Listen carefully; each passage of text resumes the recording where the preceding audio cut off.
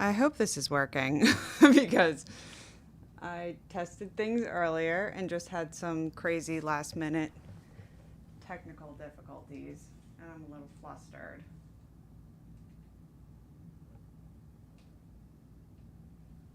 Look, I'm doing my best. If anyone's here, can you hear me?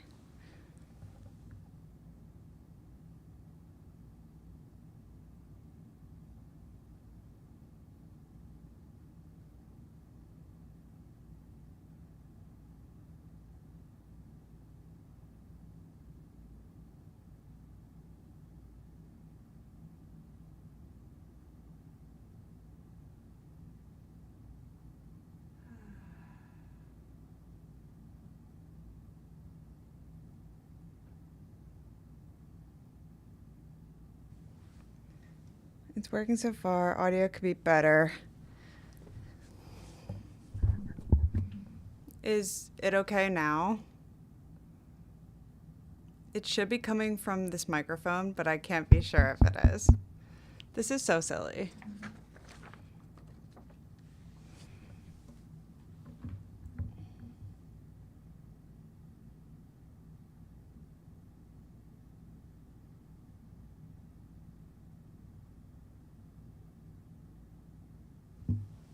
All right, cool.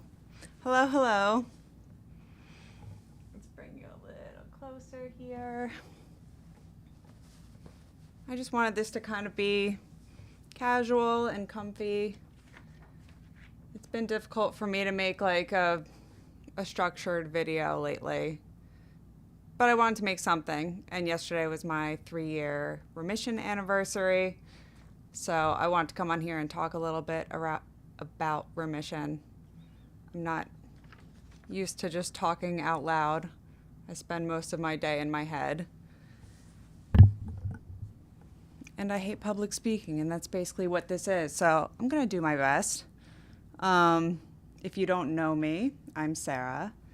Like I said, I've been in remission from BPD for 3 years as of yesterday. I already had some of my remission anniversary cold stone, as is now tradition. Thank you so much. Homo sapiens says congrats. I gotta take my pants off. I'm already hot. I have temperature regulation issues. And I've been having heart issues. Well, my heart issues have gotten worse this past week. I've never passed out while sitting down, but if I happen to, that'd be crazy. So, 3 years of remission. I want to be clear that I'm not an expert. I'm not a professional. I just kind of talk about my own experience, and I've done a lot of research on this topic.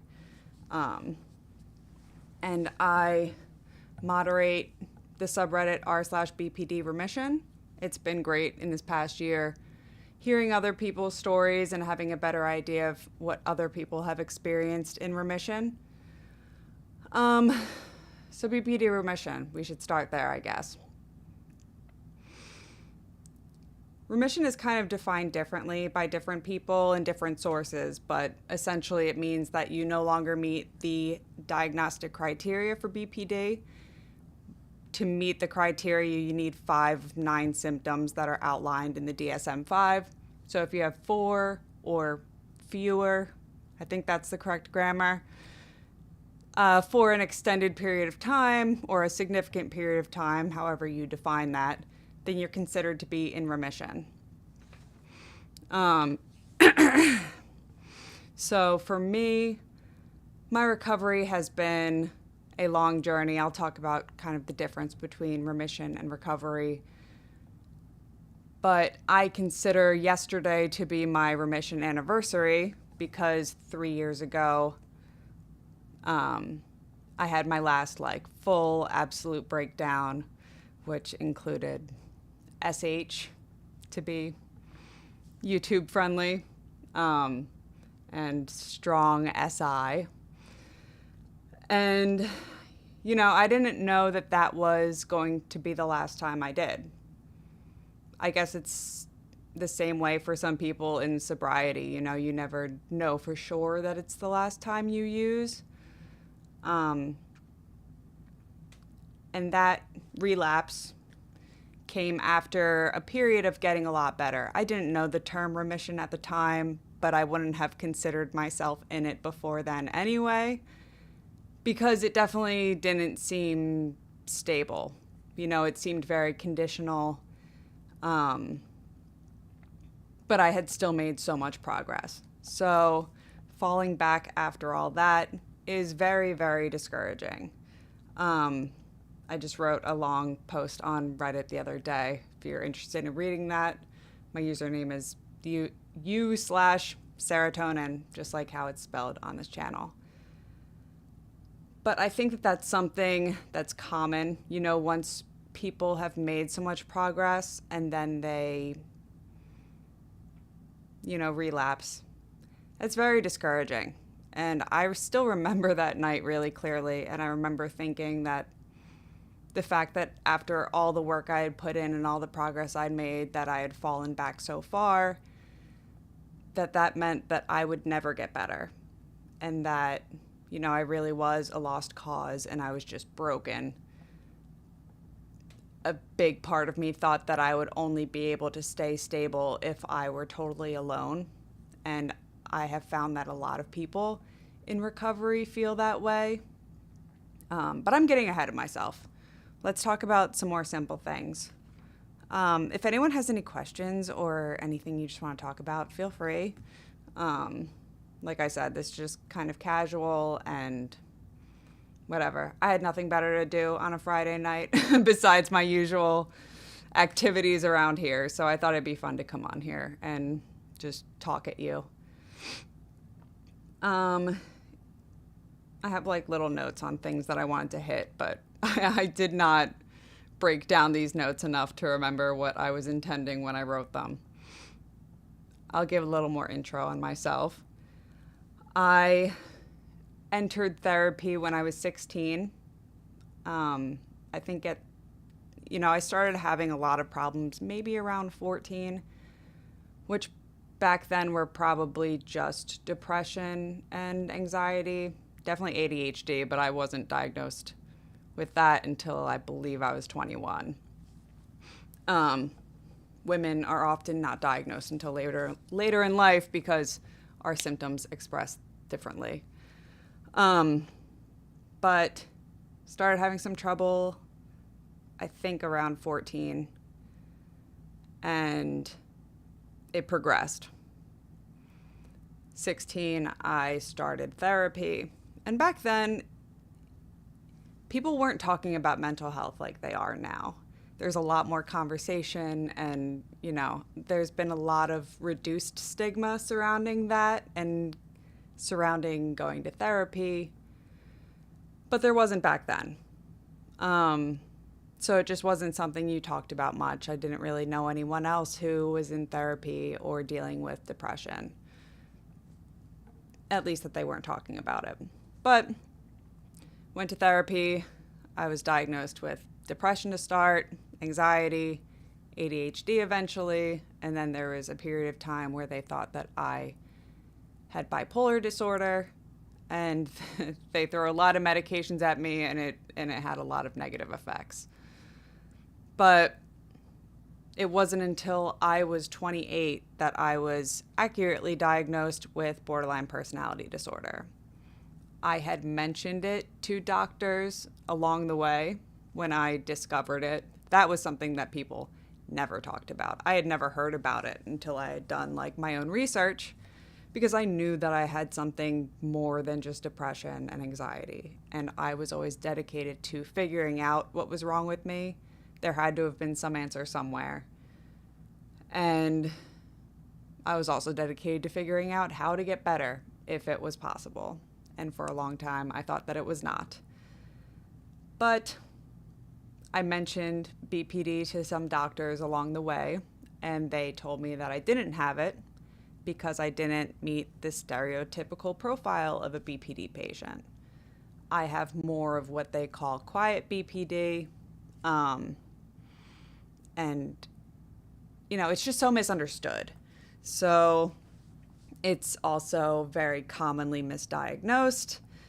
And that's why I'm here to talk about it. And this is why I try to clear up some of that misinformation, because it's really disappointing that so many professionals, especially, still believe this stigma and this misinformation, because, it throws off patients and it keeps them from getting effective treatment, and that delays their recovery.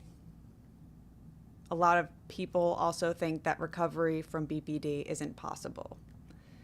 It is. So remission means that you meet fewer than the 5 symptoms for the diagnostic criteria. The people who do believe in BPD recovery, a lot of them think that remission is the end point to recovery. That the best you can do is manage symptoms. A lot of the BPD diagnostic symptoms include behaviors, these extreme behaviors. And through different therapies, especially DBT, which I'll talk about, you learn how to control those behaviors. And so if you're at a point where you now know how to control your behaviors, but you're still very triggered by everything, you still automatically want to react in extreme ways, but you keep yourself from doing so. And you still have the more, non-behavioral symptoms, lack of identity, strong issues with abandonment, emptiness. If you still live with those and you're only managing your symptoms and keeping yourself from acting out with those behaviors, life can still be pretty miserable. And it's sad to hear how many people really think that that is where it ends, that you always have BPD and it's always affecting you. It's kind of like a curse. But in my experience and in the experiences of others that I've spoken to, that is not the case. I have lost many symptoms entirely. I have a strong sense of identity and I don't feel that emptiness. I still feel a natural amount of loneliness, but I do not feel that deep, deep emptiness that I did used to feel. I don't split at all. I don't even, have to talk myself out of it. I naturally do not have that crazy black and white thinking on any front, really. And it's beautiful. I truly don't. Sorry, I just got distracted. Homo sapiens, I'll talk about quiet BPD in a minute. I don't remember what I was saying, but that's okay. I'll talk about quiet BPD. So some doctors talk about 4 different subtypes of BPD, and quiet BPD, a lot of your behaviors are directed inward, so it's kind of easier to hide. Some people with BPD are very explosive to other people and can't keep themselves from acting out, in public situations. It's hard for these people to hold jobs or get through school. I was able to do all that stuff, but, no one who knew me would have known at all what I was going through, except for my parents and partners, because they are what triggered me most. But I was open talking about having depression and mental health problems, but I definitely never talked about the extent of them. It's very shameful dealing with BPD. I'm still kind of getting over, talking about some experiences in the past, and there's some specifics I won't get into. But Yeah. So quiet BPD, your behaviors are usually directed a lot more inward. Um, and I forget what I was just going to say. Man, I am spacey. not not the best time to do this, but I'm not going to worry about it. Um,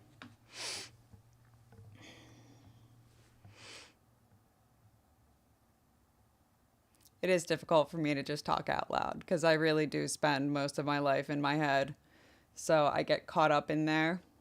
I've been trying to practice just talking out loud more often, like to myself as I'm thinking, speaking my thoughts out loud. Makes it easier to talk on camera.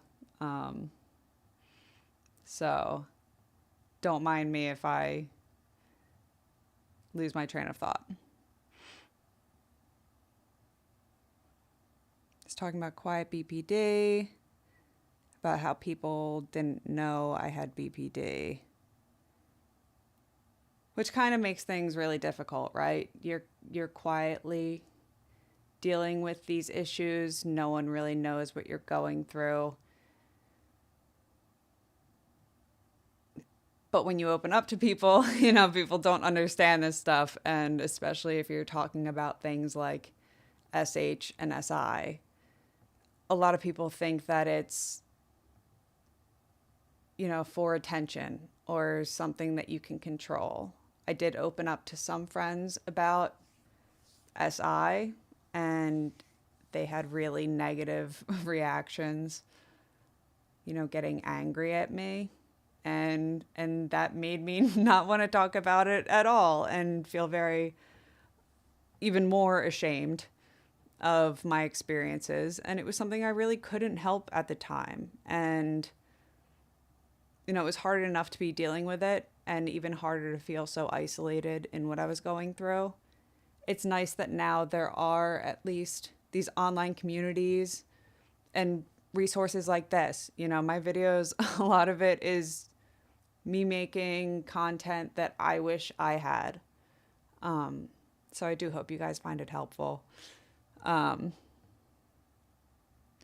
sapiens says, I'm the same way with my train of thought. I attribute it to my ADHD. Yeah, definitely. That's definitely a big part of it for me. My ADHD is medicated, but truly it still very much affects me even while my medications are working during the day. But by this time at night, it's 8:30 here. They have usually worn off, so that is part of it for sure. My mind is also always totally racing and just full of a bunch of thoughts. So to to to filter them all and speak one train of thought is not always easy, but I'm doing my best, and I'll get better at it with practice because that's how things work. Did I have anything else to say about quiet BPD? Oh yeah, subtypes. There are those 4 subtypes, but usually people don't fit into these clean little boxes. Like I said, I didn't have just quiet BPD because I was also lashing out just kind of behind closed doors, at my partners and at my parents at times. And Mom, if you watch this, I apologize. She knows I apologize. I apologize to her in person. And, we just didn't know how to deal with what I was going through. And like I said, it's nice that now there's more communities and more information online. And a lot of the stigma surrounding this stuff is starting to get better, but there's still a long, long way to go. And there's a lot of misinformation out there. And you even see it in those communities. A lot of people repeating things that they've heard or things that they've learned that are just not true and not helpful. So keep looking for information if you're interested in learning more about BPD for yourself or someone or just in general. Don't settle on just one source.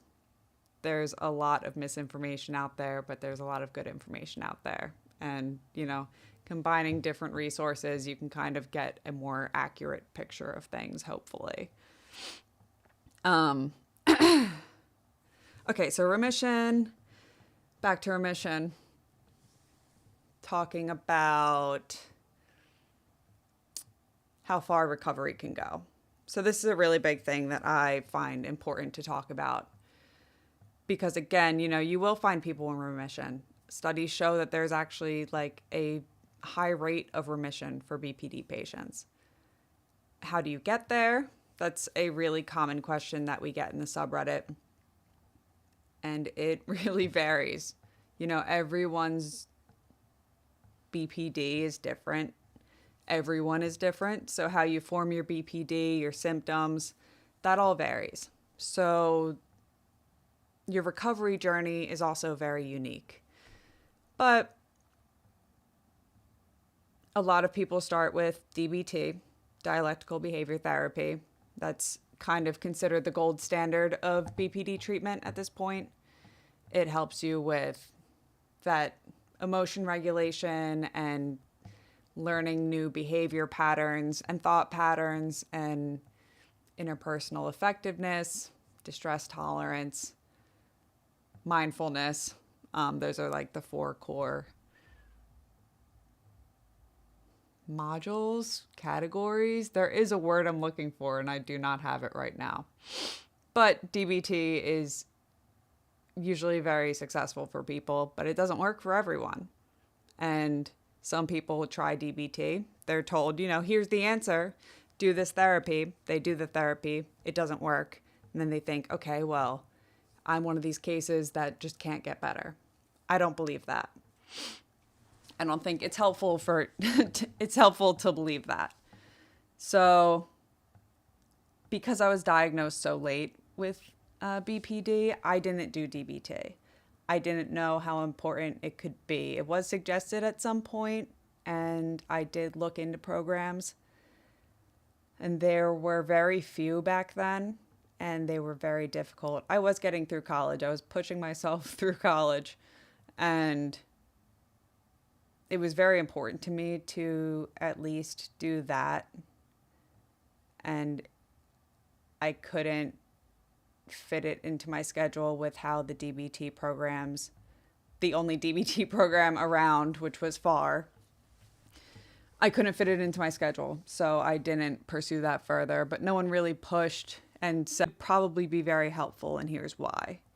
They were trying me on a bunch of different medications that didn't help. I was doing therapy for years that didn't help. So I didn't understand that really could have been a shortcut for me. But I found my own way to recovery. I haven't had structured therapy outside of years and years of CBT, which if you go to therapy is usually where they start. That's like the most common talk therapy, which has been found to very often not be helpful for people with BPD. And that's why DBT was created. It's kind of a modified form of CBT. But there are other types of therapies that people find very helpful. ACT, EDMR, all these acronyms.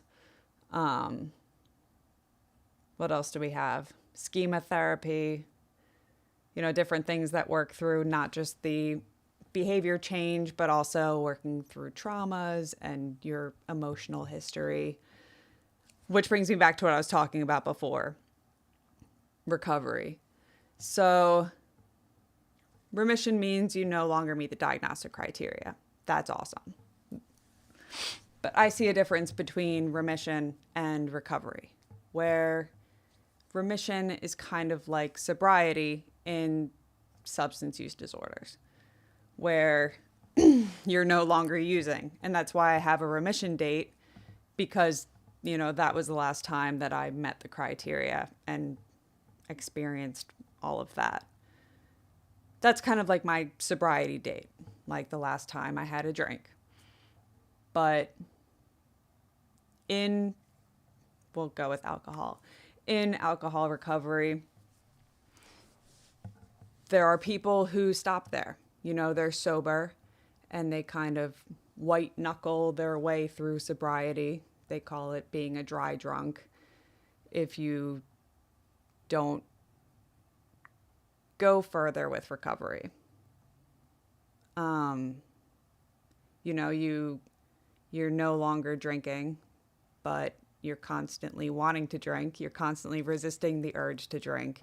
And it's because you haven't yet worked through those deeper things that led to you becoming addicted to alcohol to begin with. So then your potential to relapse is much higher. There's like a hair or something on my nose and I can't get it off and it's so itchy. You're much more likely to relapse if you only stick to sobriety and don't do that further recovery. And it's the same way with BPD. A lot of people say, remission's great, but at any big stress, any new trauma or difficult experience, you're going to have BPD again. That's not true if you go further and further with recovery. So I didn't really consider myself to be in remission until about a year and a half after my last episode, because I was worried that it was still very conditional. But then, I was in a relationship and able to handle so much more and handle things differently than ever before. I was faced with a lot of new challenges and stressors and triggers that previously would have absolutely set me off. But they didn't. I just started experiencing life so differently and feeling so differently about myself. And eventually I was confident in my recovery and no longer had to worry about it coming back. I always used to feel this like BPD side of me. And I had no longer felt that. And I still don't feel that. I go through hard times. I am currently in the middle of a very hard time. But that's natural, At no point am I like, oh no, this is my BPD coming back. Even though I've had really, really dark times recently, like really bad depression and things have been hard, a lot of deep loneliness. But that happens, I have a lot of life circumstances where that makes sense. It's not because my BPD is returning and I'm not falling back into those behaviors. I still have that strong sense of identity. I'm still not splitting, But I do have strong emotion sensitivity. And I have yet to come across anyone with BPD who hasn't, from a young age. I think it's the main building block for BPD. But not everyone with emotional sensitivity goes on to develop BPD. It's a nice little combination of things that can ultimately lead to that. Invalidation or other traumas, that sort of thing. Even having misdiagnosed or undiagnosed comorbidities, that can definitely lead to, it's just another form of invalidation, right? If you have bad ADHD and you're getting through school and no one understands that you have ADHD and they don't know why you're acting the way you are, and you feel like, hey, I shouldn't be acting this way because you don't understand there's actually something going on with you that can be treated, or worked with, at least, reasonable accommodations, whatever else. That's very invalidating and can add to that emotion sensitivity, and together you can develop BPD. But I forget what I was saying. Oh, hello. Thank you so much. I'm just rambling. for as long as I feel like rambling. So, um, the cure for BPD.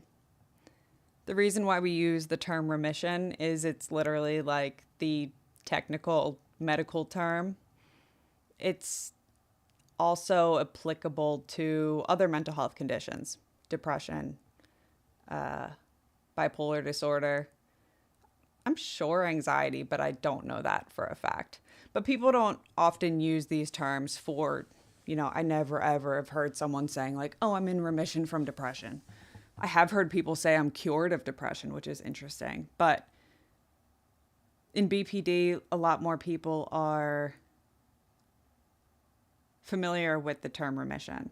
But it can be kind of confusing, and some people don't like it because it sounds like cancer remission, and BPD is not the same as cancer. But again, this is literally the medical term, and I don't love it, but it's the easiest way to communicate to someone that I no longer meet the diagnostic criteria. Thank you, Justin. Justin A-hole is all I can read that as. Ahole. The cure for BPD. So BPD can't be cured. And you will often hear people say that whenever anyone talks about BPD, says, hey, can BPD get better? They'll say, well, it can't be cured. And I hate that as the beginning of that conversation because it's true.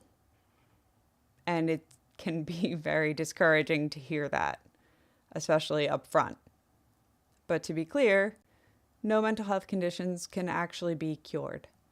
We use the word cure for things that have a straightforward source that you can eradicate, and then whatever condition you're talking about is gone completely and not going to come back. Mental health conditions are way more complex than that. So you can completely lose symptoms of a mental health condition, but you still wouldn't say that it was cured because under different conditions, it could come back. So we don't use that term. You can if you want to. I don't care. I don't use that term, and a lot of people don't. But just because it can't be cured doesn't mean you can't live without it. Some people like to say that you always have BPD. People say that with, again, sobriety too, where, I'm an alcoholic, even if you aren't anymore. I don't agree with that. I don't find that helpful. I would not say that I have BPD. I haven't met the criteria for a long time, but also I just don't feel it. It is possible for me to meet the criteria again, and I would never deny that. But I'm completely confident that I won't. I will have struggles at times. Like I said, I am right now. I won't always have the best reactions to things, but I know that that is not coming back in full. I've already dealt with such big, life-changing, heartbreaking experiences. I don't want to cry right now. But I think that life has thrown certain things at me in recovery that I could not have dealt with before it. And the fact that even those have not put me back in that place, I'm confident I could deal with anything that's to come. And some bad things in America might be to come, but we don't need to talk about all that. But I don't worry about BPD coming back. I still experience those really strong emotions, so hard times can be very dark and very painful. But even while experiencing the worst of pain, I still feel hope, and I can still find joy in everyday life, which is huge. I think hope is the most important part of any recovery journey. Without hope that things can get better, without hope that you can change, how are you supposed to? How are you supposed to put in the work to get there if you don't think there is a there? So I really hate to hear anyone say, I don't like to use the word hate.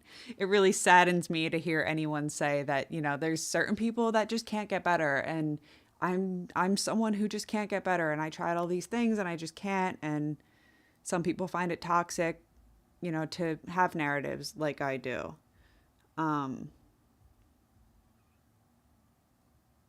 But I just really think hope is crucial. And even if it's true that some people just can't get better, that would be very unfortunate. But does it hurt to have hope? I don't think so. I think hope only helps, but I have not been looking at chat. Mission, I forgot there was a chat. I just kind of started talking to myself here. Had a major depressive episode after being, yeah, absolutely. Justin, I'm sorry to hear about your major depressive episode, but being in remission from depression for over a decade, that's crazy. Good for you. The depression stuff has always been difficult for me. I go through long stretches of time without it, but it always hits. Usually not for a very extended period of time. And actually, it has been a while since I've had a depressive episode that wasn't stemming from things going on in my life, So that's cool. Maybe my depression isn't as bad as I tell myself it is. It's natural to have negative feelings during hard times for anyone. And the cool thing about being in recovery from BPD is I've had to learn so much to get there. And I think that people who are in recovery from BPD are so strong and so knowledgeable and resilient and can handle things that people who haven't had to go through those challenges can. I see a lot of people my age and older really struggling with certain things because they just haven't worked through them. And it sucks in a lot of ways to feel like I lost a lot of my youth to dealing with my symptoms and then buckling down and focusing so much on getting better. All these people around me were having all these experiences and I was not. I couldn't. It's still weird when it's still weird when people will talk about certain things and be surprised that, that I haven't been on vacations or I haven't gone here or done this. Like, you don't understand. I was struggling to stay alive for a long time, just doing my best to get through every day. But I'm grateful now that I had to deal with so much so young. I was forced to figure it out. And if I didn't, I would not be here now. So now I can handle so many more things than most people can. And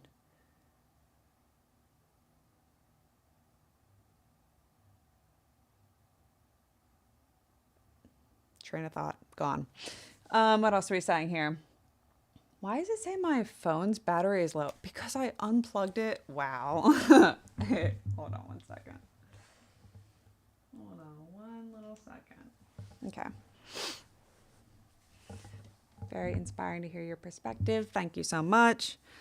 I think the prognosis for anyone who puts in the work is far more optimistic than current professionals believe. I totally agree with that. Not all professionals. There are definitely some who believe in recovery. There are some professionals who are in recovery themselves. That is something that I would like to talk about too. Peer support. I think peer support is huge. I think it is very uniquely powerful when it comes to, having these communities and having support and having someone who understands you. BPD is so isolating because it's really hard for someone who doesn't deal with it to understand what it's like. I think some people who have very strong emotion sensitivity are more likely to understand how that could lead to BPD and how you could go down that path. DBT expert Dr. Kiki Failing, I don't know if that's how she says it. I think so. I've always found it so interesting that she definitely has, strong emotion sensitivity. She talks about that, but it didn't end up developing into BPD. But she has long experience now with working with BPD patients and with DBT, and it really seems like she has a good understanding of the disorder without actually having it. But peer support is awesome because, you have people in recovery who can still connect with people who are not in recovery and really understand what they're going through and validate them and be there for them in a way that other professionals can't be. And I think that's one reason why I was misdiagnosed for so long. It was people who didn't understand BPD and didn't understand why I was the way I was or what I was actually dealing with. I would talk about, I hate myself. And they would just kind of be like, no, you're too hard on yourself. And I was, but there was no validation to hey, I could understand why you would feel that way. And some people would be like, why do you feel that way? And it was very hard to explain. But a lot of the therapy that I got was discouraging and invalidating. And for a long time, I was told, when I first started going to therapy, I talked about my depression and my history at a glance seemed like I had no issues. I was very fortunate to have a stable household and supportive parents, got good grades in school. And so just from that, those facts, it was, yeah, well, you have no reason to feel this way. It must be purely genetic. That's what I was told at first with my depression and my anxiety. It's just genetic. You have no reason to feel these ways. That is not true. I definitely had reasons to feel those ways, especially having higher emotion sensitivity. I was more prone to experiencing things as trauma. There were traumatic experiences I had that wouldn't necessarily traditionally be seen as traumatic, but they were for me. So it made sense. I definitely think there's a genetic component to those conditions, to be clear. But I think on top of that, I totally had a reason to feel those ways. And just brushing it off is oh yeah, it's just genetic. Oh yeah, just take this medicine. That's going to be the answer. And then taking the medicines, and then taking more medicines, and then taking different medicines, and then taking higher doses of those different medicines, and none of it working for years and years. They start you off on the easy medications, the SSRIs, which usually don't have as bad of symptoms. For some people, they do. And then they kind of move on to other things, and some of them had really bad side effects, and just the whole experience was in itself traumatizing. Which made everything worse and led to me also believing that I was a lost cause because they said that medicine should help, and it didn't. I am very much off track. I'm going to, I don't remember how I got there. Would you say you feel more skilled, more capacity to handle it? That's what I'm discovering in my own BPD recovery. I thought maybe you were saying bipolar disorder. BPD recovery. It doesn't hurt less, but there's more room for it the more I learn. I definitely feel much more skilled. And there's just a lot of things where if I'm having an interaction with a person and it's a painful interaction and they do things that hurt me, I still get hurt. Most people do. It's very natural. I read a study once where I think it was like 3 people in a room and someone had a ball or something, and they like, maybe it was more than 3 people in a room, but they would skip one person in the room. If I recall correctly, it's something along these lines. They would like skip one person in the room or something. And even if the person didn't recognize that they felt rejection, they like had something where they did a test afterwards, and that person who was rejected would do much worse on the test than the other people. So there's a lot of things that people internalize and aren't aware of. And for me, I've always been very introspective, and I think really aware of my emotions and how things affect me because of how much they affect me. So it makes things a lot harder, but it also makes it a lot easier to understand what I'm dealing with and then, improve that, really dissect it and like, where is this coming from and why and what else is feeding into it and what are these other things at play. So like if I'm having a difficult interaction or something like that, I don't really take things as personally now. I can see it as, this is personally hurting me, but this is coming from this other person and isn't actually because of me. It's not actually a reflection of me. And that's all taken a lot to work through. I still am constantly, doing further healing. And I have these breakthroughs that still amaze me because I'm like, wow, I've come so far, and I still have these huge breakthroughs out of nowhere sometimes, where I identify some like core wound or insecurity and like see where it came from and see how it has been reinforced over time and how I still tell myself certain stories about myself. And I've been healing a lot of those parts and rewriting those stories. And I think that's huge. There's a lot of things we believe about ourselves that aren't true. I am getting off track again. Yes, I think I'm more skilled. Peer support group was key in getting over that last episode. Yeah, that's great to hear. I'm glad that you had a peer support group. I would definitely like to get involved in peer support at some point.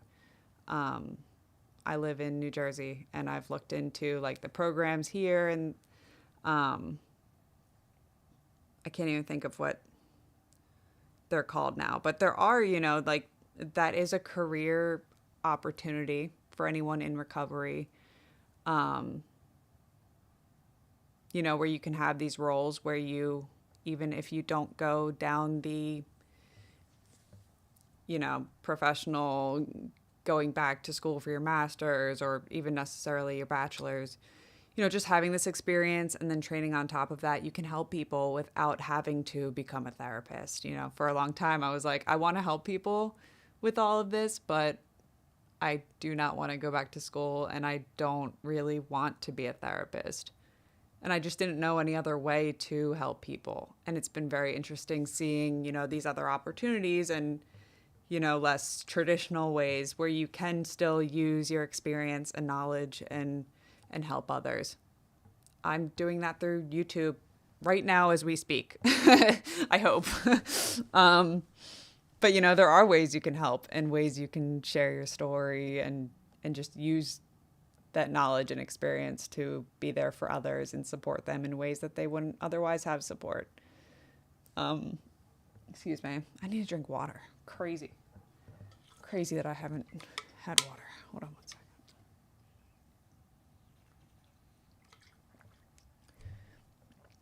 If you're watching this right now, drink some water. Water break. Peer support group. I have a friend who went from the darkest BPD to a life of genuine happiness. Oh, that makes me so happy to hear. I love hearing success stories. And if you have any success stories or know anyone with success stories, please share them with me. It truly brings so much joy to my heart because I know how difficult it is.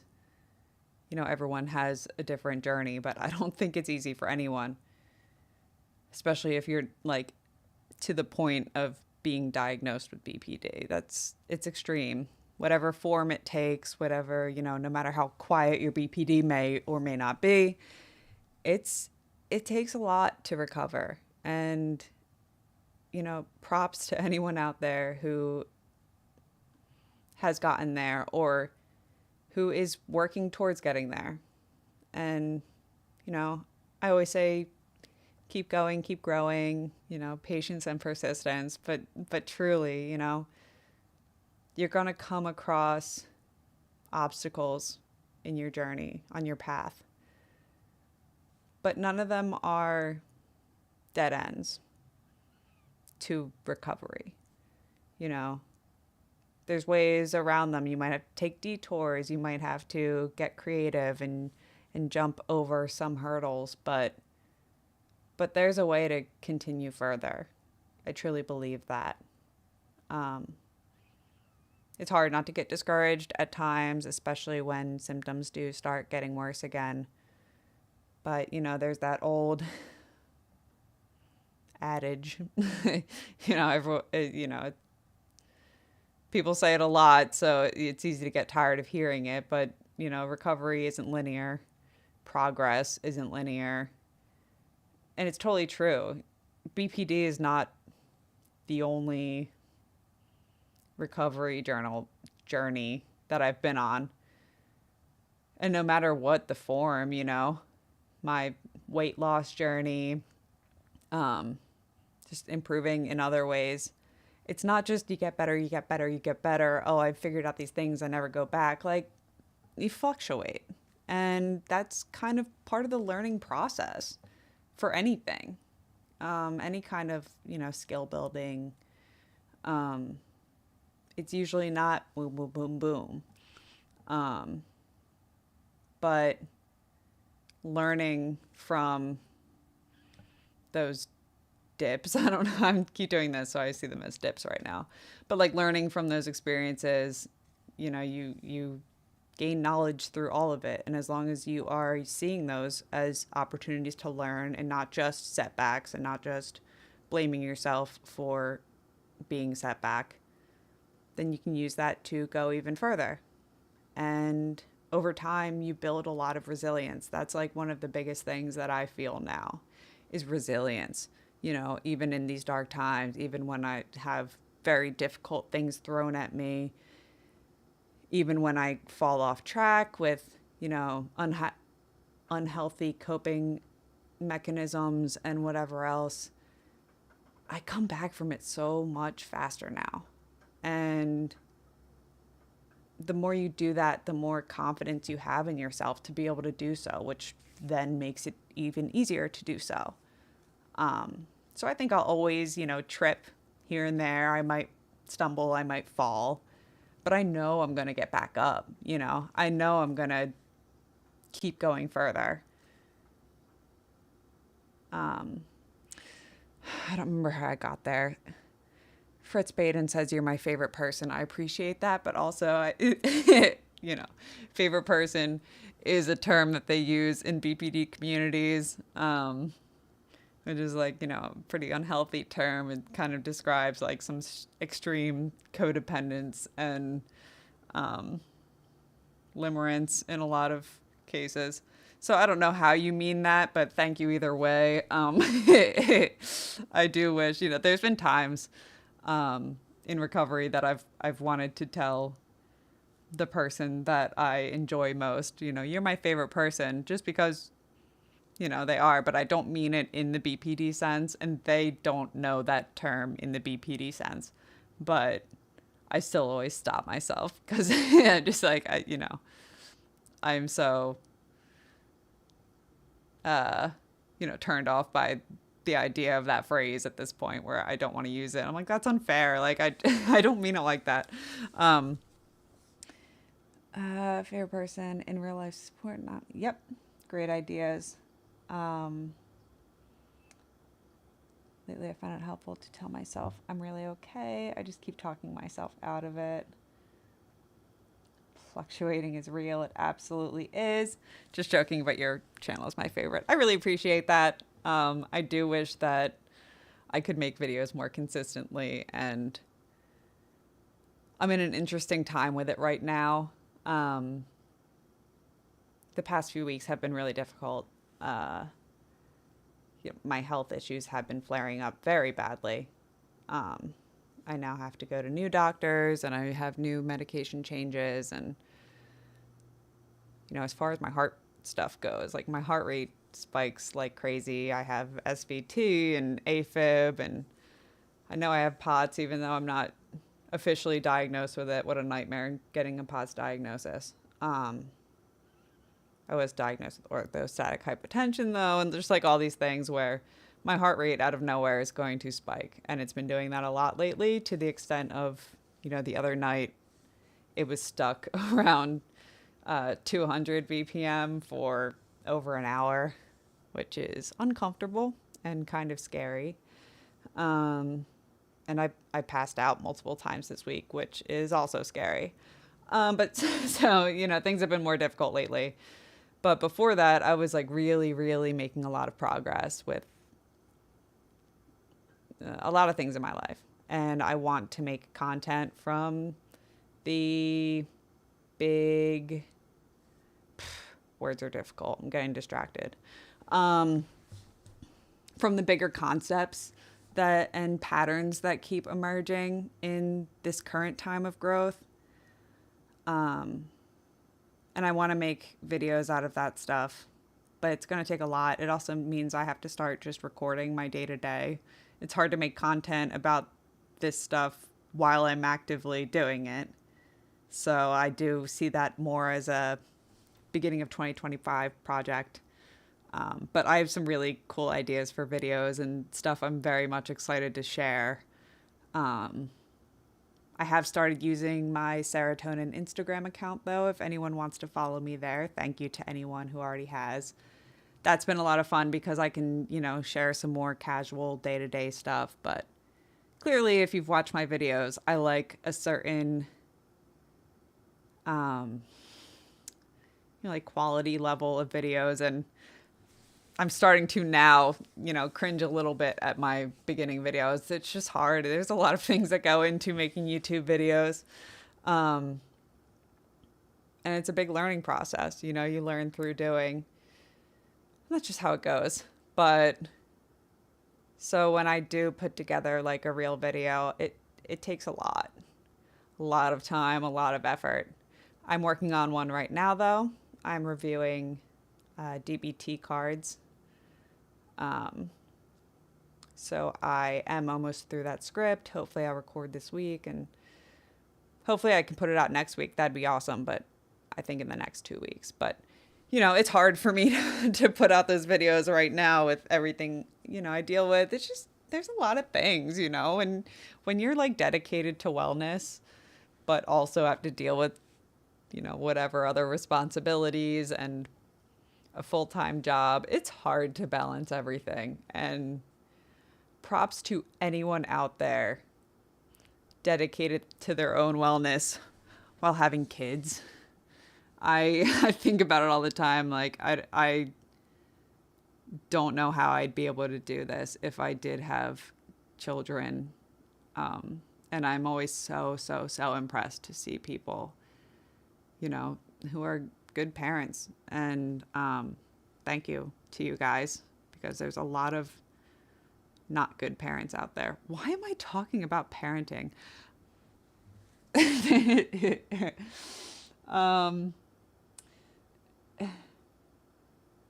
Rewriting your long-held internal beliefs is hard and very slow. It definitely is, Joe. He said, rewriting our long-held internal beliefs is hard and very slow. It really is. Like I said, it's just constantly like uncovering different layers of it. And there are times when you think you have certain things figured out, and then you can dig a little deeper.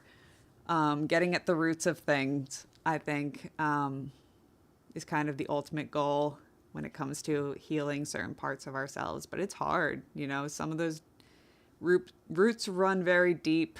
But, that's the journey. Do you have a meditation practice or utilize breathing techniques. I have never been able to stick to a meditation practice. There was a period of time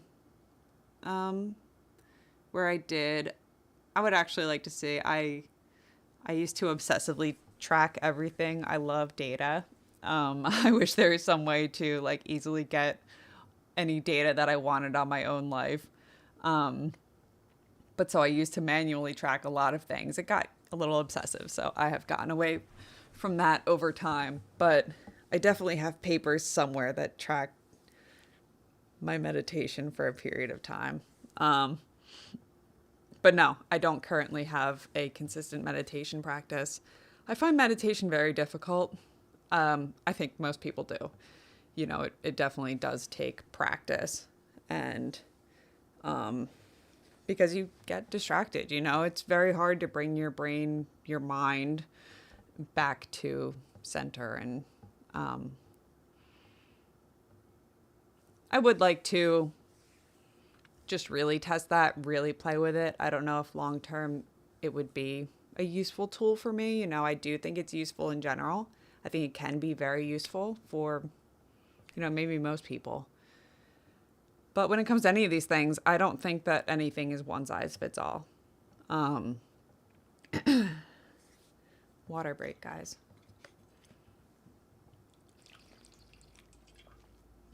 So no, I don't have any consistent meditation practice. As far as breathing techniques, I go back and forth between different techniques. I find it helpful to do like not so much guided breathing, but literally the app I have is called, it might be called Breathwork. I can't check because my phone is recording this.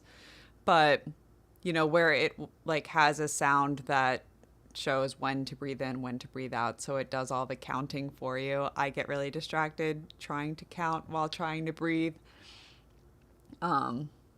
You know, I like literally get worried about like, wait, am I, you know, counting in rhythm? How long is a second? You know, am I being consistent with how I'm timing this out? You know, my brain's crazy.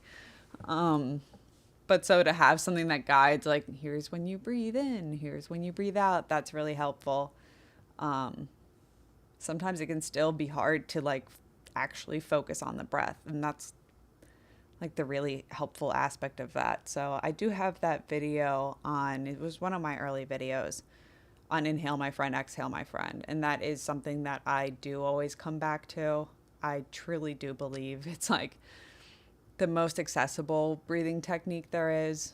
And I just think it's super effective, and because it's so easy and it has that added layer of self-compassion built into it.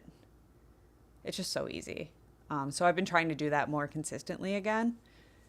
You know, like I'll be going through a difficult time or like get really stressed out, whatever. And every once in a while I'll think about it and do it.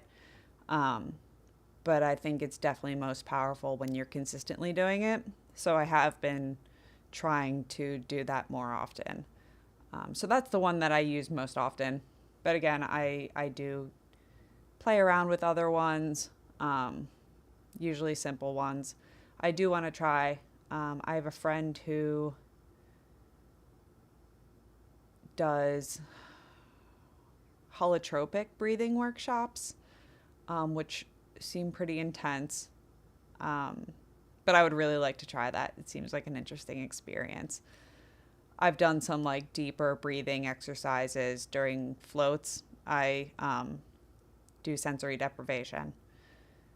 And it's crazy. Like I remember the first time I was doing them, and like you could just like feel it in your whole body, and it's really interesting what you can tap into just through the breath. So I think breathing techniques are really great. Definitely something I want to explore more over time. Again, there's, you know, many things that I want to explore and learn about and practice, and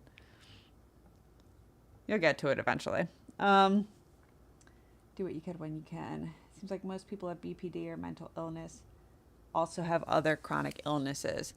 That is true. There's a lot of, you know, even just with mental health conditions, there's a very, very high rate of comorbidities with BPD. Um, but yeah, chronic health conditions also, I really believe in a strong mind body connection. Um, so, when you are dealing with like physical health problems, it affects your mental. And when your mental is affected, it affects your body. So I think you can really get stuck in, this whatever, where those are feeding into each other, and that's difficult to break out of. But even besides that, having certain physical conditions can then lead to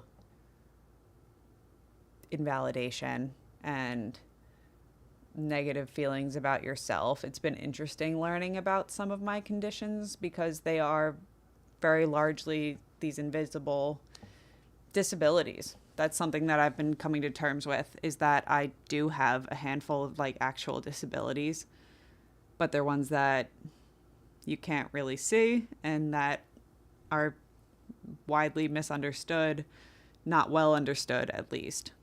But I've had to build a lot of flexibility into my life and, like kind of reasonable accommodations for myself. With my heart problems and all of that. And I have, hypermobility syndrome disorder. It goes by different names. But I didn't actually know that until kind of recently. And it's very connected to a lot of the health problems I've had throughout my life, but it also leads to me getting injured very easily. So, movement and exercise is very important to me.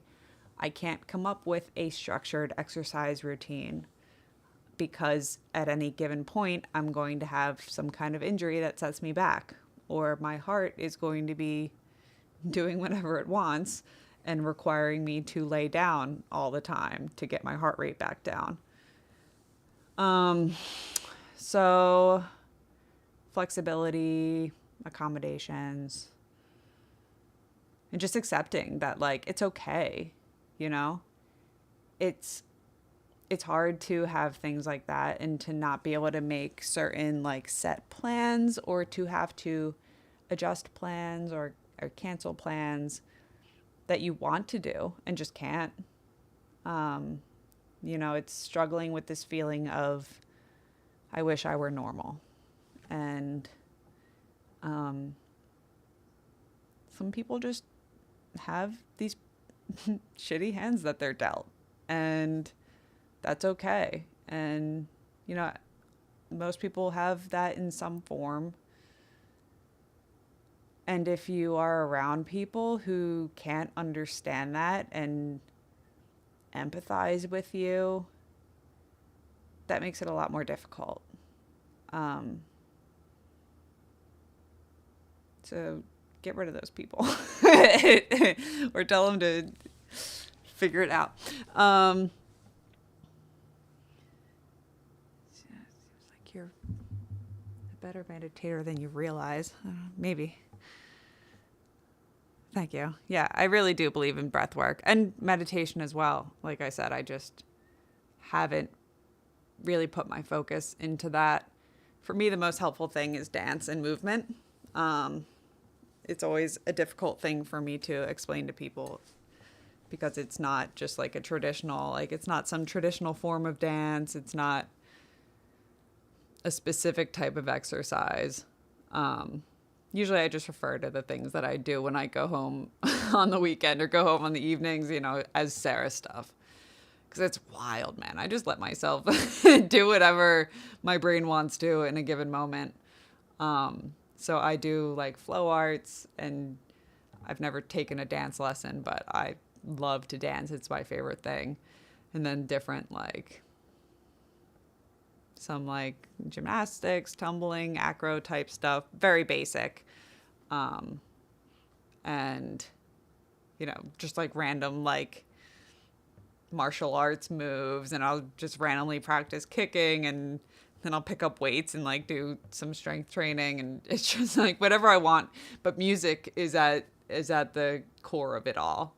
I like moving to music, and I read something recently that a study on different treatments for, I think it was depression specifically, but that dance was like the most effective in reducing those symptoms. And I definitely want to read more into that because it's fascinating. I know for me specifically it is, but it's cool to think that it's like a more universal thing. It's interesting, dance. Lolita's here. Where have you been? Come here. Say hi to the people. This is usually like her crazy time.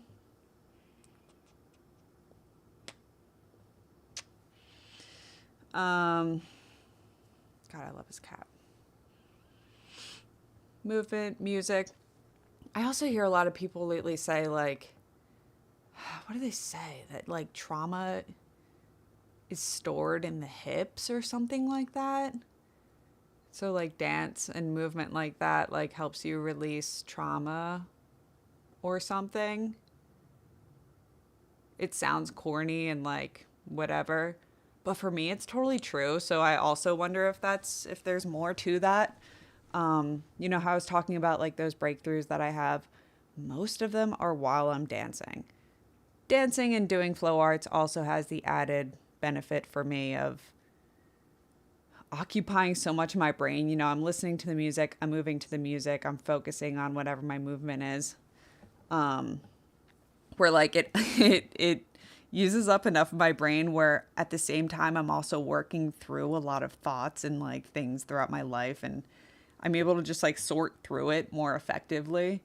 It's my best thinking time is while I'm moving to music. I'll be dancing and doing whatever and like having such a fun time, and then just like break down crying and like, working through something, but it's just like part of it because then I can like get back up and like, continue. It's very interesting and definitely would look insane from an outsider's perspective, but that's silly. Your hoping's cool too. Thank you so much. I love your fun hobbies. I admire you do whatever you feel like getting into at the moment. Yeah, I love it. It's most of my hobbies are non-traditional. And with most of my hobbies, I do it on my own. Most of the things that I do on my own. And I'm trying to expand my circles and put myself out there more because I do think it's very important to connect with people who are into some of the same things as you, even as far as like mindsets go, with certain hobbies and interests. When you interact with people who also like the same things, you have overlap in certain mindsets that you don't with other people. I love the people in my life, but there's a lot of differences where they just don't understand certain things about me. And that's a hard thing to deal with, feeling alone in certain aspects. But I've been connecting with more people who have similar interests, and it's been great. And I look forward to doing that more.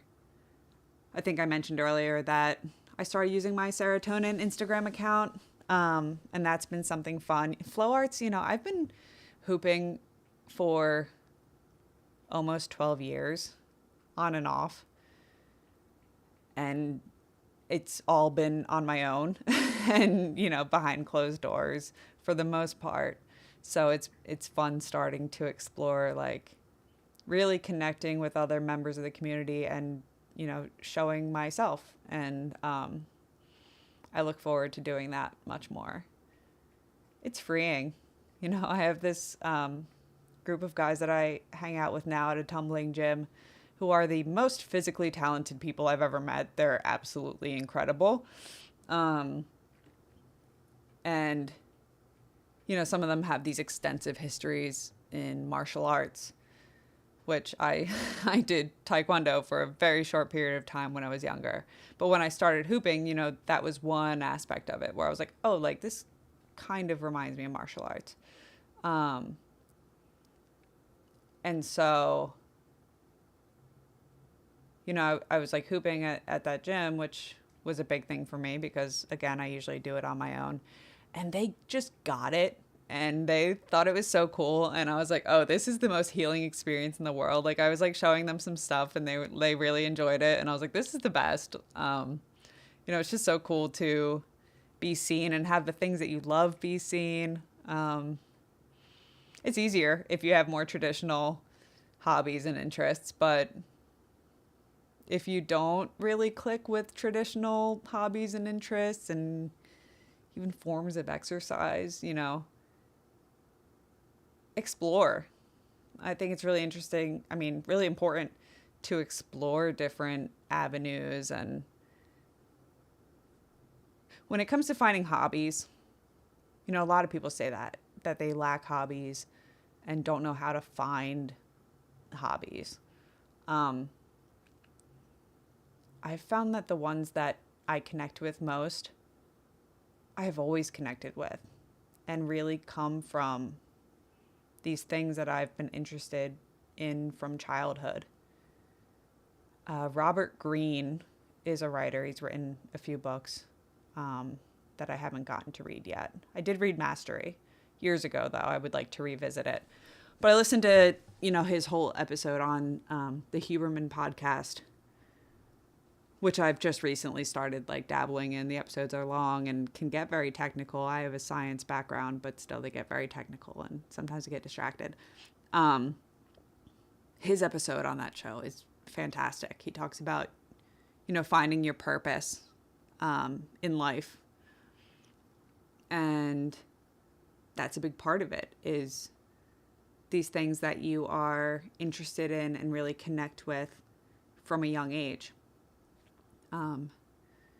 So like, all my my movement to music, it incorporates all these things that I loved when I was little. I did competitional cheerleading for only a couple years, but I loved it and really connected with it. And Taekwondo and performance. I was always a performer, and YouTube is so interesting because I loved recording myself. I got a video camera. I think in 6th grade, I might have gotten my first video camera, and man, I got to find that thing because technology has come a very long way. That thing would look ancient now. Oh God, I'm so distracted. Cute kitty. I agree. The lower chakras hold our traumas. Yeah, I really do think that's interesting, and I want to look into that more for sure. Water break.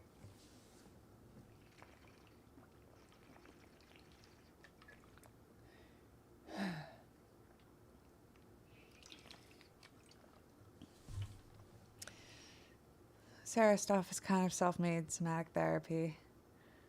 Yeah. Yeah, I don't even know what those things are, but I'll look into them. I'm not even going to try to pronounce them. But I had other things I was going to talk about. This is kind of fun, just getting distracted and, stream of consciousness. So thanks for listening. There's quite a few people here. I didn't expect that. Popped in to say, I'm proud of you. Happy 3 years, and hopefully I'll see you on Sunday. Who am I going to see on Sunday? I don't know who that is. But there's only one person I could think that is. So thank you so much. No matter who you are, thank you so much. I appreciate that. Yeah, 3 years is really cool. And I always put a lot of weight into anniversaries and just like milestone dates. I always really remember dates, and whenever big ones come, I can't help but think about the previous ones and where I've been since. And it's crazy to think about how different I am now than 3 years ago and how much I've grown. It's awesome. I'm very proud of myself. I think I'm cool. So I appreciate you guys also seeing me. Oh, hi, Zero. The gym is closed on Sunday. I don't know if anyone told you, but Instagram told me. Zero's cool. He is the one that got me into my tumbling gym. Well, actually, I met you through Chelsea, but Zero's cool. He's one of those incredibly physically talented people I was talking about earlier. I was talking about you guys. But yeah, I appreciate you. Come here. No? She shook her head no. You can't see it because her face is just out of frame. But but I'll see you next Sunday, I hope, Zero. What else? What else do you guys want to talk about? I was talking about BPD. Challenges in recovery. I can talk about that if you guys want. Hi.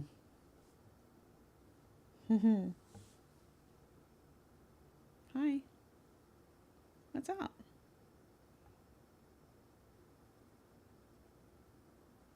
You being a goodist?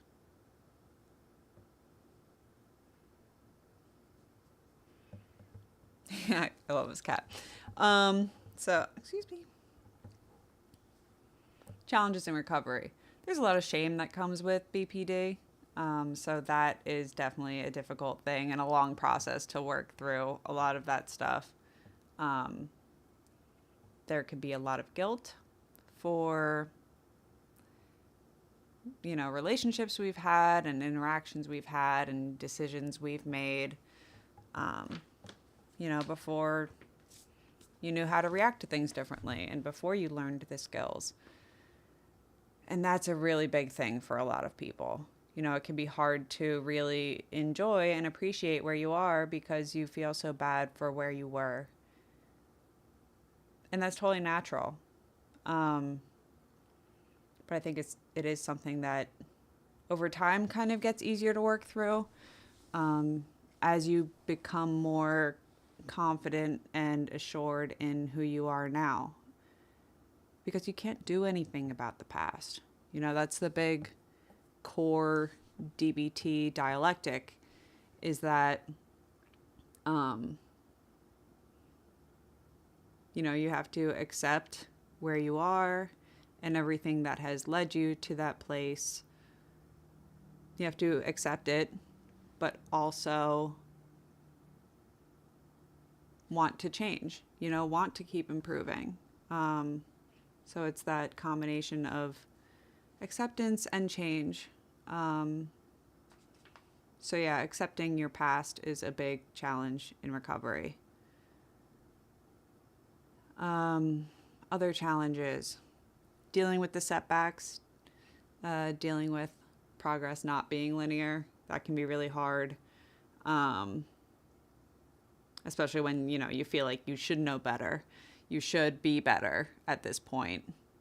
That can lead to a lot of negative self-talk, which does no good. I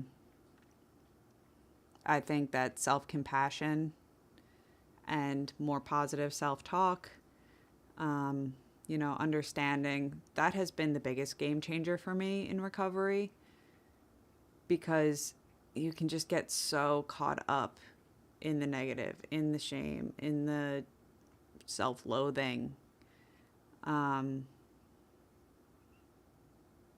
But self-compassion is it's the way out of a lot of things. And that's how you continue on and keep growing and just take things as, learning lessons, learning experiences, or lessons, whichever one, but not learning lessons. Thank you, Dee, for saying I'm cool. I appreciate that. You're just agreeing with me. I did say that I was cool a little bit ago. Other challenges in recovery. What else are some common things that I hear from people? I guess just other continuing symptoms, stuff like the depression or challenges in relationships. That's always a big one. So it's common for people with BPD to really, to reach remission or see a lot of improvement when they're alone and outside of relationships. Close relationships can be one of the bigger triggers for BPD, and it was definitely always mine. Um, so for me, I really did have to step away from any close relationships for a while I was in like my biggest, period of growth. Um, that's what really helped me stabilize. Like I said, I didn't do DBT, so I really had to like get away from those triggers to be able to see and understand my symptoms better and then work on them, outside of those triggers. And that can be really important. But I think it's really important to not give up on relationships. A lot of people in BPD recovery do. They say the only way I can stay like this is outside of close relationships. So I'll never be in one. I can never be in a healthy relationship, yada, yada, yada. Humans are built for connection, We truly, truly are. And it can do a lot of detriment to your mental and physical health, to be isolated and to be without connection. So I think it's really important to see that isolation, if someone does take that route, as just temporary. It can be really helpful for a period of time. But it's important to still, not give up on relationships. And it can be difficult to then add them back in. You've cleared up certain symptoms and you've gotten better in these ways. And then adding in a relationship can be very challenging. But there's certain things that you need to actually like be in a relationship to work through. Before I got into another relationship, I did a lot of research and studying to understand healthy relationships and interdependence and attachment styles. So like in theory, I understood a lot more, but then in practice, there was a lot more I had to figure out. And, I had to face challenges and things that are triggering, and learn to handle them, work through them, everything else. But, you kind of have to do some of that in a relationship. I don't believe in needing to be totally healed before you can be in a relationship and all of that. But I do think certain things are important to understand. Attachment styles are a huge one for BPD especially. They're really big for a lot of people. And I find them fascinating. Once I started researching them a lot, then they become a lot easier to recognize, and just gives you a way better understanding of a lot of people. You can look at people and not understand why they operate the way they do or why they react to certain things or whatever else, and you just attribute it to, this person is just doesn't care, or this person is just a bad person or a bad partner. I've lost a lot of judgment in general. The more and more I have learned behavioral psychology, essentially, which is so helpful because, the less you judge other people, the less you judge yourself. And I really look at behaviors as behaviors and not necessarily speaking to someone's character, if that makes sense. Where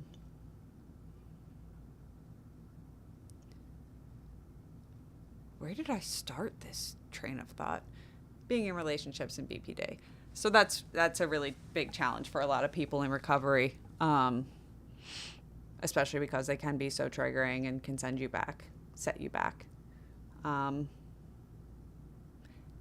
a big thing is,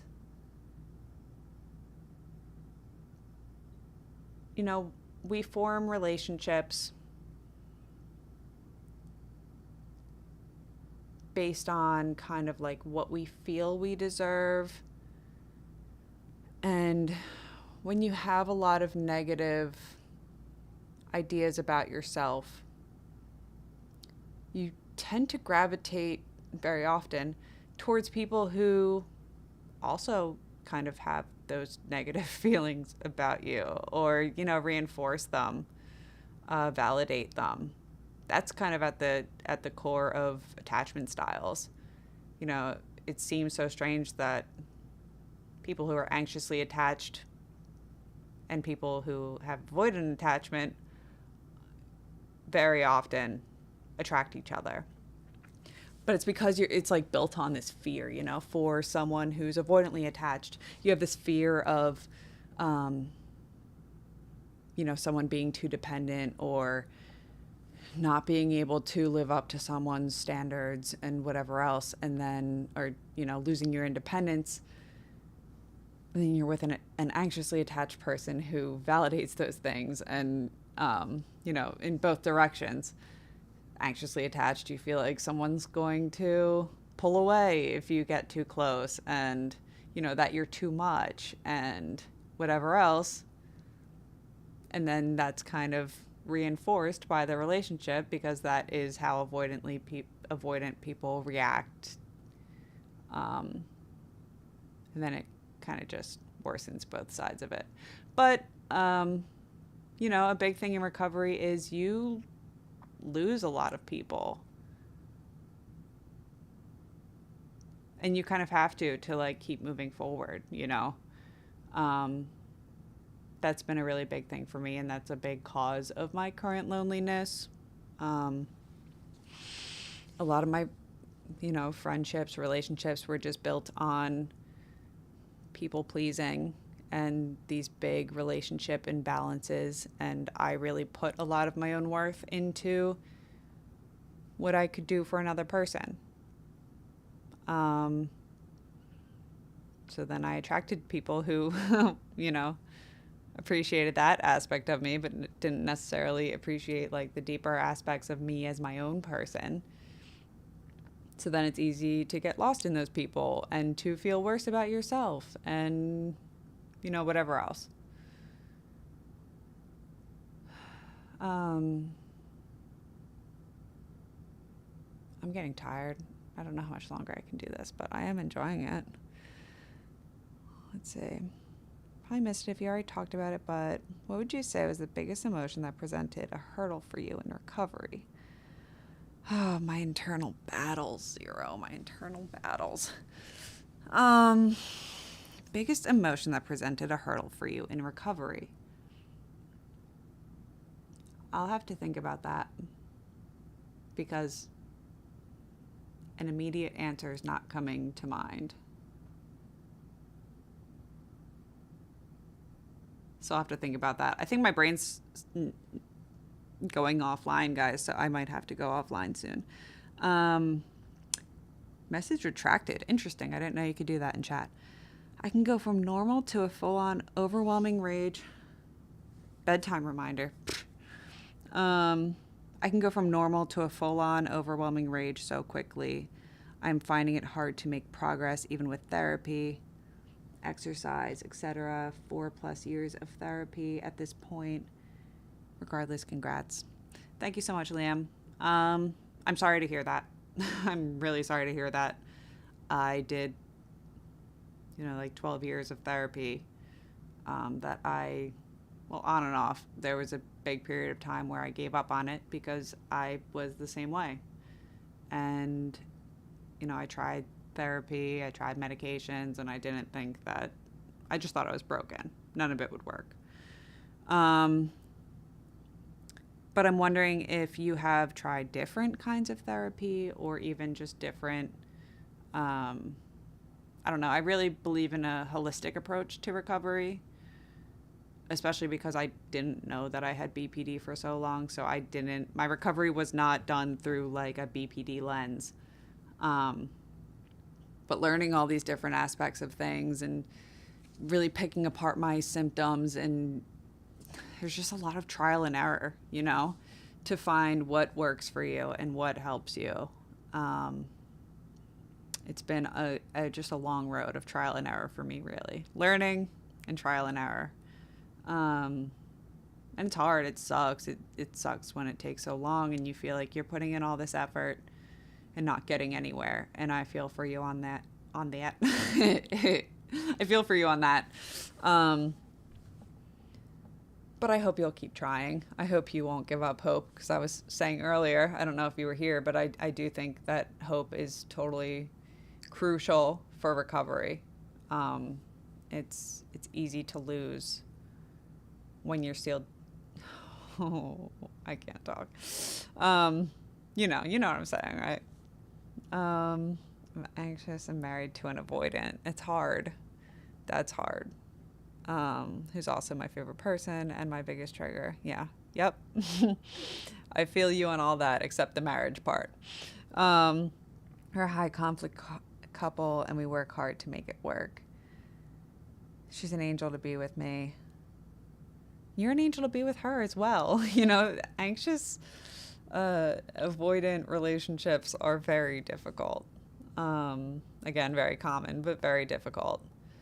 And unfortunately, oftentimes, a lot of the work and compromise in those relationships is put onto the anxious person. So I'm not sure if that's been your experience.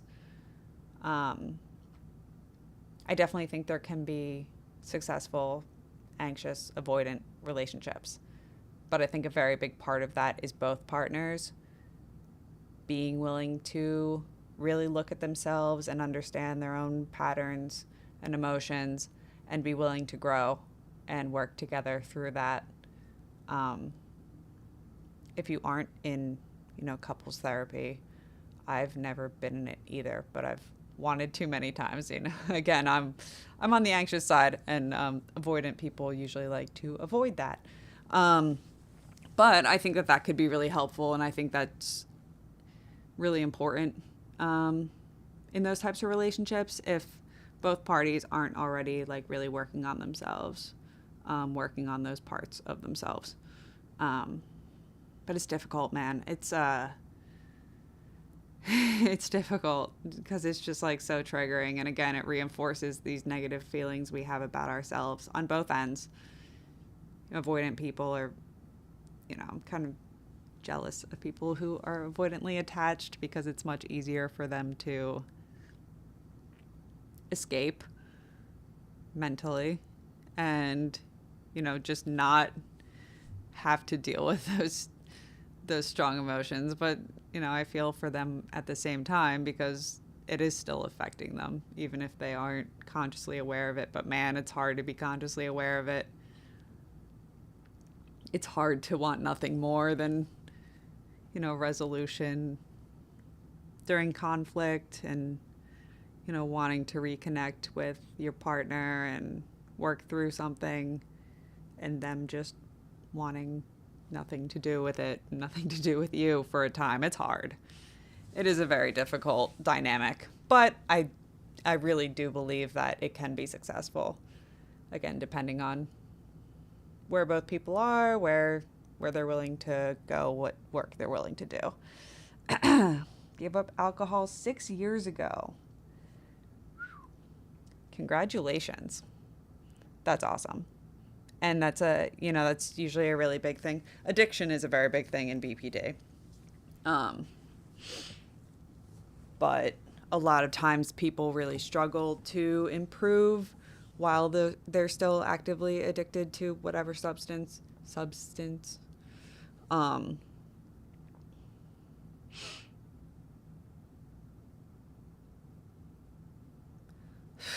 My brain. Congratulations on sobriety. Hardest part is self-hate, self-loathing, rage at myself after each episode. That is definitely, that's why I said self-compassion is so important, because, when you have an episode and then you feel all this added shame and self-loathing, it just leads to you going towards more negative coping mechanisms, and then, which eventually lead to another episode, which it's just such a bad cycle. And I think self-compassion is the way to break that cycle.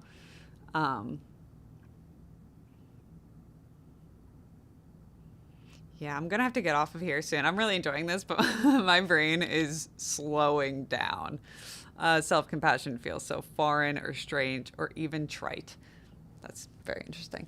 It's hard. It literally is like a muscle you have to work out. It's something you have to reprogram your brain to do. It does not come naturally. For many, if not most people. Some people it affects more than others. But I have a great book right over here somewhere. Hold on.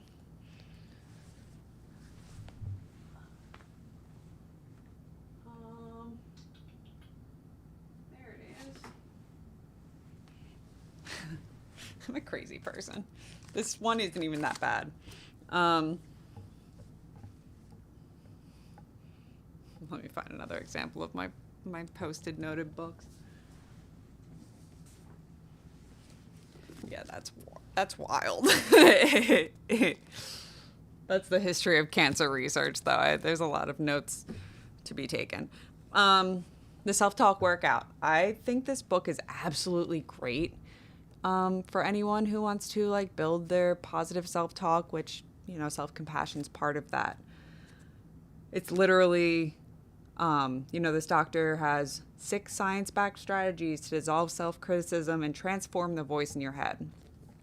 And they are like actual workouts that you can do, essentially, mental workouts that actually build those positive self-talk muscles in your brain.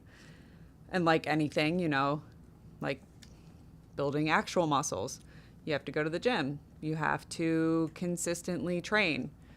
And then over time, you see these differences.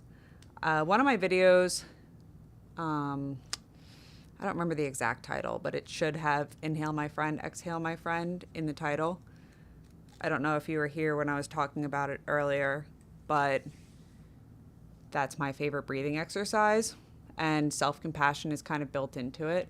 And I think it's super effective. It's the first one she talks about in this book because it's so effective. Of all these strategies, that one is the most accessible, the easiest to learn, the easiest to actually do, and just has such a crazy like effort to result ratio.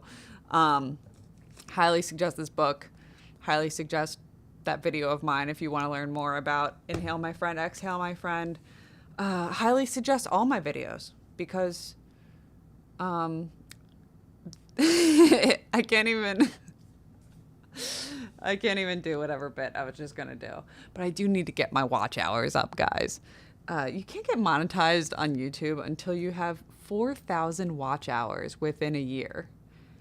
Like, not within a year from when you start, but like in a rolling 365-day period, which is crazy.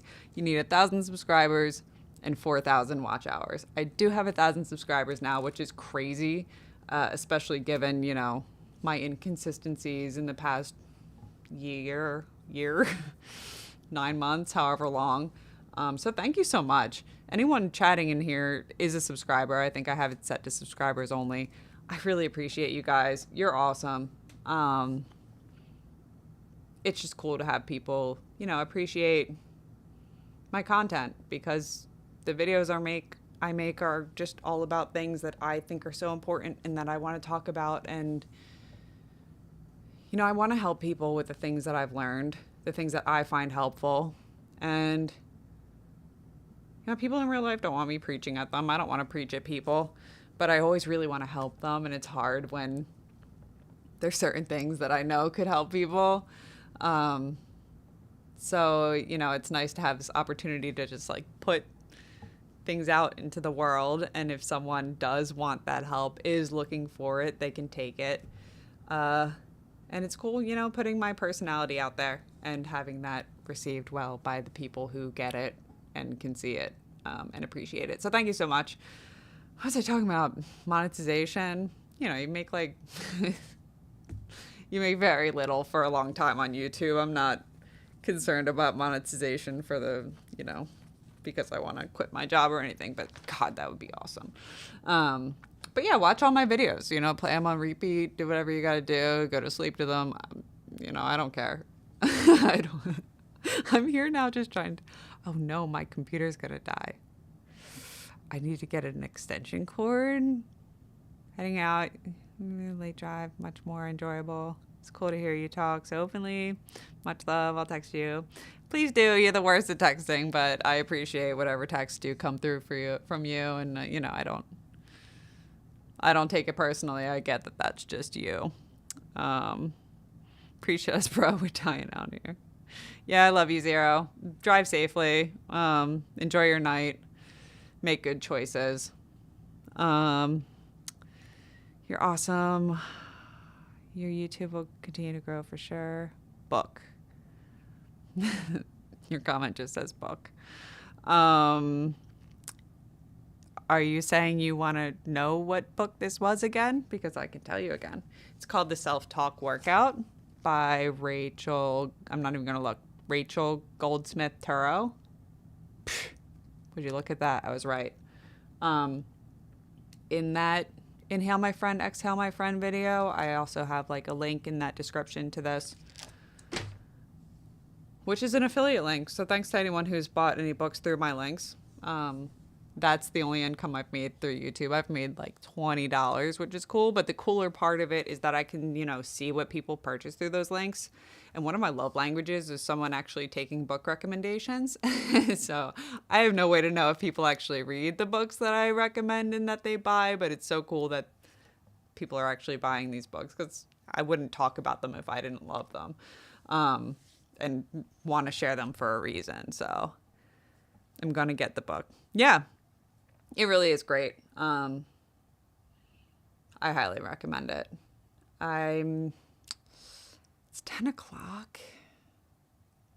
This is fun. My computer's dying and I'm tired. My brain's not working well. I might do this more often, actually, because it does bother me,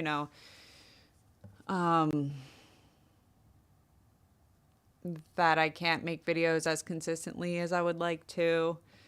It's just not reasonable with everything I have going on and work and whatever else. I am still continuing to make videos. I'm not going to stop anytime soon. But so, if there's a long time between videos, I apologize, but just know that I'm not gone. But so this is nice, just having a casual chat. And so I might do this more often. I'm also like sober right now, and that really limits, weekend plans. Oh, it limits them a little bit. So it's cool to just like hang out here and get to talk to people. And it's nice having you guys talk back to me. I'm not just talking to myself. That's what I kind of thought this would be. That's why I was like, oh, I'm going to talk about this thing, that thing. It's cool actually like interacting with you guys. I'm glad it's been like a little Q&A, because I was hoping for a little bit. I didn't expect this many people. So really appreciate that, especially because I am so rambly and like I'm not used to this. So that's cool. I also like doing this. This is my piano room. I usually record at my desk and whatever else. It's cool to just get to hang out with you guys. Look forward to future live streams and videos. Do it again. I'll tune in. Awesome. Thank you so much, guys. All right. I guess I'm going to log out of here. It's been a pleasure. Appreciate you guys. Keep an eye out for my next video.